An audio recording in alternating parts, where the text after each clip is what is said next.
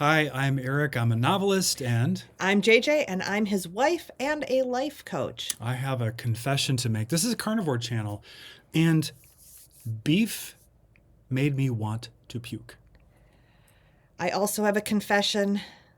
Beef made me want to puke.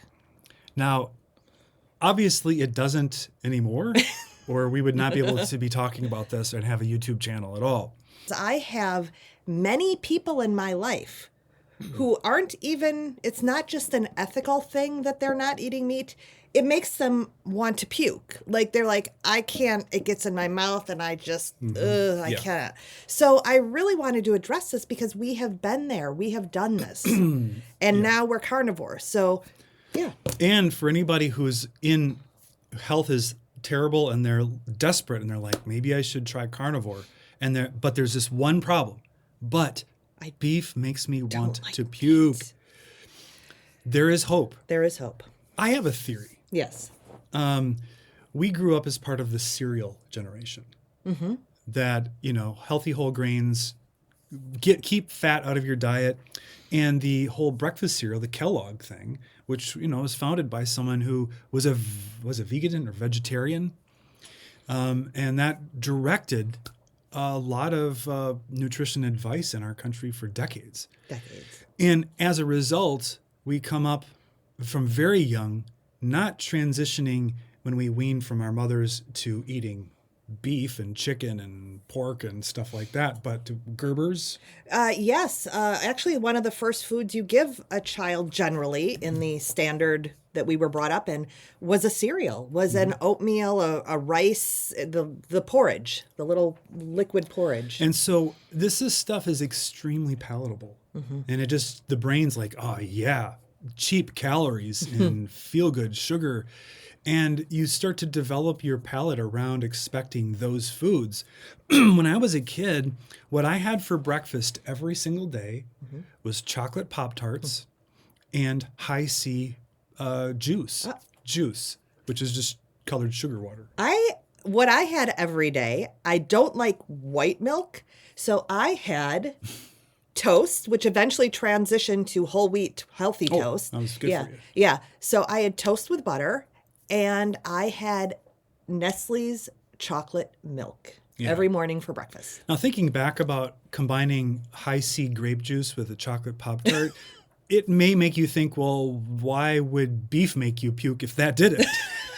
But I don't know. I did switch to orange high C after a while, and that was a better pairing.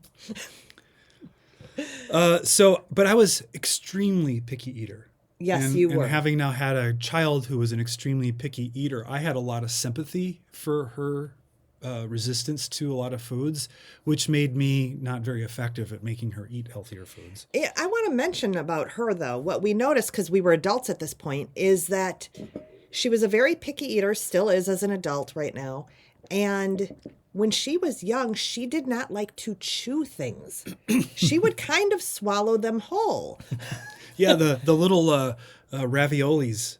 Yes. She would mini raviolis when she was like 3 years old. She'd swallow them like a pill. Yeah. And as I was starting to be expected to eat what was provided at the dinner table when I was 3, 4, and on, it was never steak generally because that was expensive, but it was often meatloaf.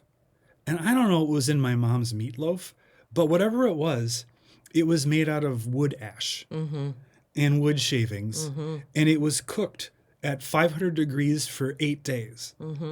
I was expected to eat what was on the table, and that meat was well done. That was the advice back then. Yeah. You wanted to cook the crud out of your meat so that it was safe.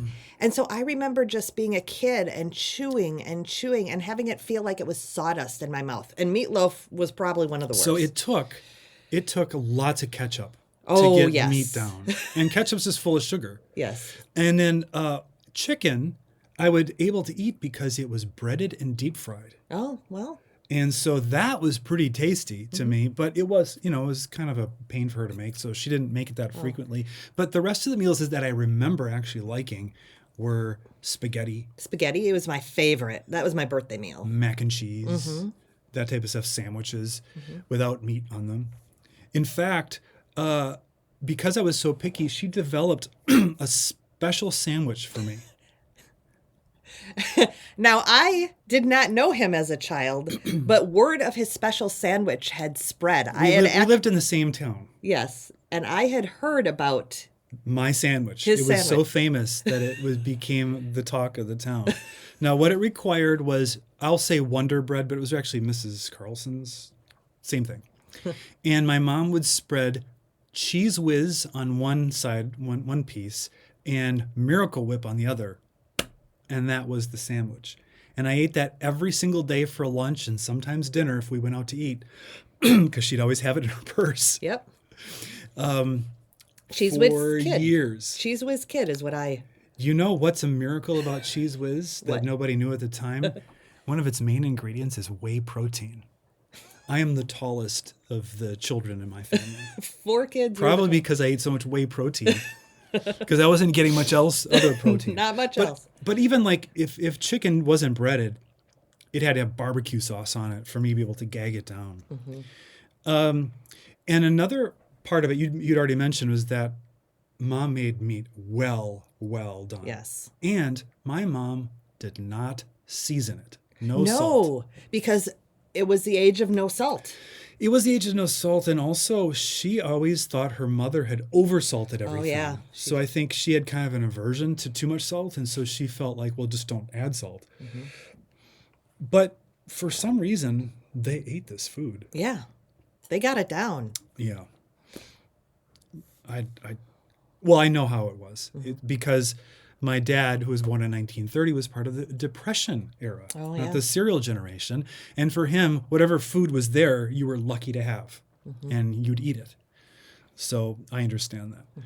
But it wasn't optimal for developing a taste in beef. And of course, all through the 80s and 90s, beef was, considered this terrible, toxic food. And if it wasn't giving you heart disease from its saturated fat, it was increasing your blood acid levels or something else. Yes. And so there was always some reason not to eat it. And there are now different reasons that people suggest you should not eat beef.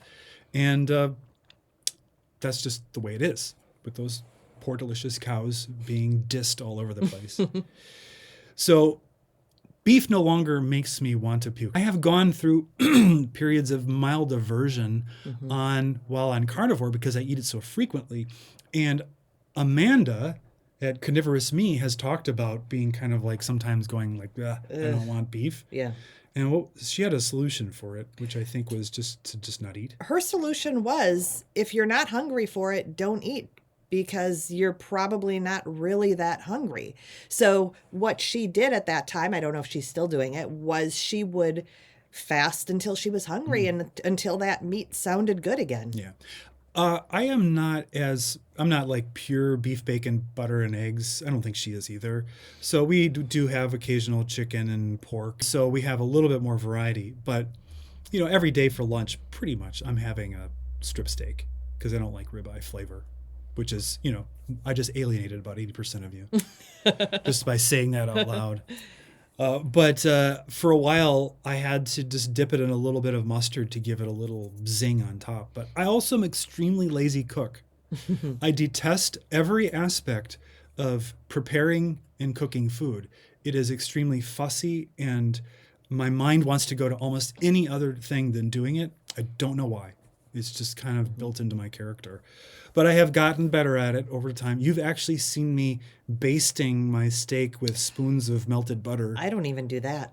to develop the crust, and I don't know if it's worth it. Yeah, I don't know if it is either, which is why I don't do it. It just feels like a lottery still when I cook a steak. Sometimes it's just amazing, and sometimes it's like, better get the mustard out. But yesterday, no problem. The what was that beef loin you made the other day? The beef tenderloin roast so was good. delicious that night. How do you cook that? Well, that night I put it in the sous vide for a few hours, and then I seared it. Yeah, that was reverse so good. seared, and it was a really Perfectly seasoned. Yeah.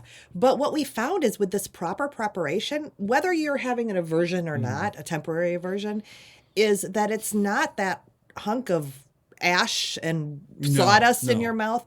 It is not like that at all. So proper preparation is huge. And I've also heard this. I don't know about this. I am not a doctor. Yet when I first started transitioning to more whole foods was when I had my gluten issue diagnosed. And suddenly I was all pasta and I couldn't eat pasta anymore. And actually, part of my healing protocol was to go paleo.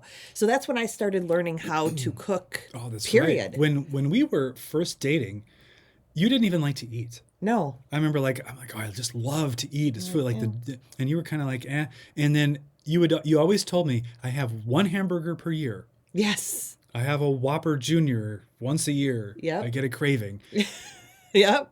Yeah. So it changed my way of cooking. And back then there wasn't gluten-free all over. So Yeah. I started cooking at home. I learned how to cook. I learned how to cook meat. But what I've also heard, here's my point, is the doctor said at that time, my naturopath said, sometimes you don't have the enzymes. If you haven't been eating meat, you don't have the stomach enzymes. So that particular doctor recommended some enzyme supplementation, some HCl, ox bile, that type of thing to sort of move through that transition to meat. Again, I don't know if that's true, but I've heard It's worth looking into. it's worth looking into. The holidays and stuff where we weren't eating steak as frequently, we might go a few days and all of a sudden there'd be like, I wouldn't have it like a mouth craving. I would have a body craving for steak. It's like, I know that I need this. And that one day after we got back from California, I had my first steak and I didn't really want it that much, but I ate it. And halfway through, I was like, oh, this is so good. My body was just like, yeah. It's pretty remarkable. It was crazy. If I could go back in time and tell my 23-year-old self that I was going to be eating steaks and beef every day, she would have not believed me at all. I mean, it's just so far from where I was. Now, I do have a problem with ground beef. Yes. Now, occasionally I will have a hamburger patty with a slice of cheese, but then I try to put a little ketchup and mustard on it. And the ketchup's not good because it's sugar. We mentioned this on a previous video, but how do people make ground beef palatable? Because I can't, so far, have just a bowl of ground beef, and even if it's salted well, that's not enough. Putting an egg in it doesn't really change it enough. The texture is just, ugh. So is it that I need a higher fat content ground beef, or is there some seasoning or some other thing that's simple? I don't want to be working in the kitchen I don't want to do any prep. All right. So yeah, if you have any recommendations around ground beef, Yeah. Let In us- particular, because that's affordable and it should be fast and easy. and I like it, so it would be nice to be able to make it for dinner. Yeah. All right. So yeah, if you have any suggestions, we'd love to hear it. Like and subscribe, and we would love to hear your journey around meat as well. I know many of you probably grew up in a similar age as we have, and we would love to hear from you. So go ahead and comment below. All right. Bye-bye.